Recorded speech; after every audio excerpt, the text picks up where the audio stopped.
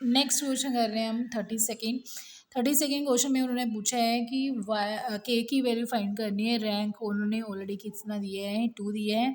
अगर रैंक 2 है तो इसका मीनिंग अगर आर की जो वैल्यू है वो आपके पास 2 है तो इसका मीनिंग ए का जो डिटर्मिनेंट होगा, इसका जो रैंक है, ए का डिटर्मिनेंट 3/3 का जो डिटर्मिनेंट होगा वो हायर ऑर्डर के, वो हमारे पास इक्वल टू कितने होंगे, 0 के इक्वल।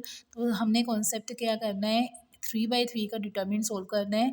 तो सोल्व करके मेरे पास आया है 10 - 10 के, और उसको इक्वल टू 0 पुट करना है और वहाँ से के की वैल्यू निकालनी है। उसके अकॉर्डिंग के की वैल्यू 1 आ रही है। तो फिर से यहाँ पर साइन का ध्यान रखना है, -1 भी दे रखा है, पेपर में गलत नहीं करना। नेक्स्ट जो क्वेश्चन है वो हमारे पास 33rd क्वेश्चन है।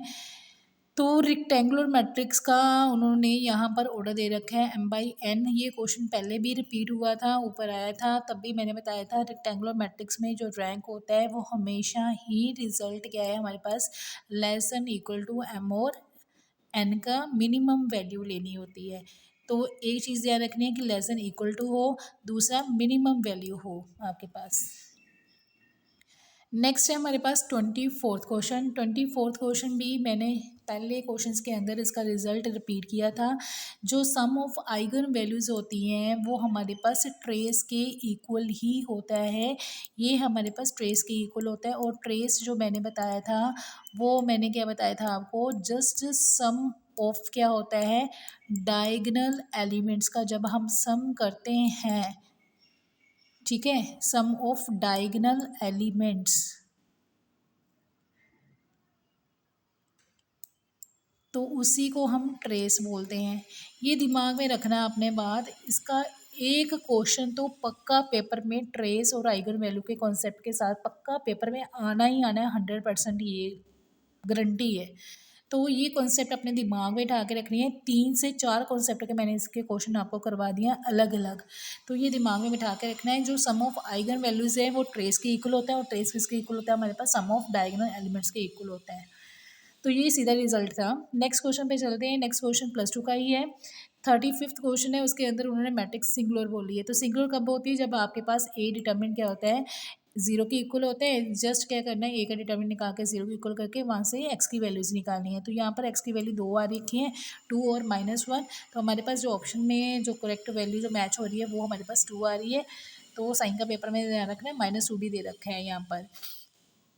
अगर यहाँ पर नॉन सिंगुलर पूछा होता तो ए डिटर्मिनेंट को क्या करना था, आपने नॉट इक्वल टू क्या करना था, 0 के इक्वल पुट करना था। तो वहाँ से आपने एक्स की वैल्यू निकालनी थी अगर नॉन सिंगुलर पूछा होता। तो फिलहाल तो यहाँ पर सिंगुलर पूछा है, तो ए डिटर्मिनेंट इक्वल टू क्या आएगा, 0 आएगा। नेक्स्ट क्वेश्चन पे चलते हैं। नेक्स्ट क्वेश्चन में हमारे पास 36 क्वेश्चन के अंदर उन्होंने दे रखा है कि ए क्या है आपके पास, upper triangular matrix. Upper triangular matrix something ऐसी होगी आपके पास, A B C D E और एफ। बाकी जो एलिमेंट्स होंगे वो आपके पास 0 होंगे। दैट इज़ डायगोनल एलिमेंट से ऊपर ऊपर वाली मैट्रिक्स जो है वो आपके पास बनेगी, और उसके जितने भी नीचे वाले एलिमेंट्स हैं वो आपके पास 0 बनेंगे। तो ये अपर ट्रायंगुलर मैट्रिक्स आ रही है। और चाहे लोअर ट्रायंगुलर मैट्रिक्स हो, चाहे अपर ट्रायंगुलर मैट्रिक्स हो, चाहे फिर डायगोनल मैट्रिक्स हो, तब भी हमारे पास जो डिटर्मिनेंट है वो जस्ट इनके डायगोनल एलिमेंट्स को मल्टीप्लाई करना होता है।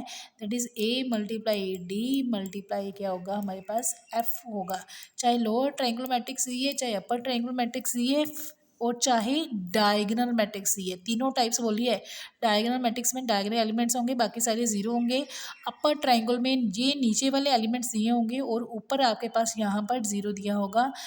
चाहे अपर ट्रायंगल दिए, चाहे लोअर ट्रायंगल दिए, चाहे डायगोनल दिए, तीनों केसेस के अंदर आपके पास जो डिटर्मिनेंट है, ए डिटर्मिनेंट है, वो डायगोनल एलिमेंट्स का प्रोडक्ट ही होगा।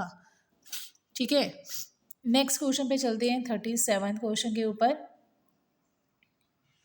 37th क्वेश्चन के अंदर उन्होंने क्या दे रखा है कि ए का रैंक दे रखा है आपके पास m/n का, बी का रैंक दे रखा है p/m का। तो उन्होंने पूछा है b इंटू ए। अब +2 का रिजल्ट लगाना है। बी का जो है रैंक p/ क्या दे रखा है आपके पास, m दे रखा है, और ए का जो रैंक है वो आपके पास m/n एन का रैंक दे रखा है।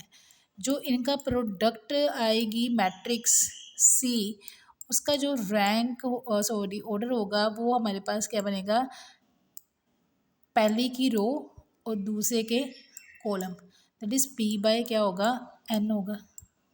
ठीक है। अब उन्होंने पूछा क्या था, ऑर्डर किस रैंक किसका पूछा है, बी ए का। अब बी ए का मल्टीप्लाई करके हमारे पास सी मैट्रिक्स बन रही है, उसका ऑर्डर में पी बाय एन आ रहा है। तो रैंक जो होता है वो हमेशा ही क्या लेते हैं हम, नंबर ऑफ रोज लेते हैं।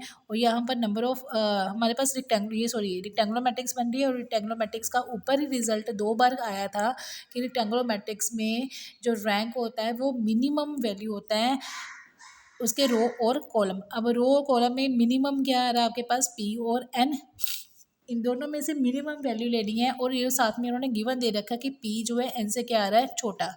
अब मिनिमम लेना है आपने किसका, पी और एन का मिनिमम लेनी, सबसे छोटी वैल्यू लेनी है। और पी ऑलरेडी उन्होंने एन से क्या दे रखी है, छोटी, तो सबसे छोटी वैल्यू क्या सी होगी फिर, पी। तो इसका करेक्ट आंसर जो होगा वो पी आएगा।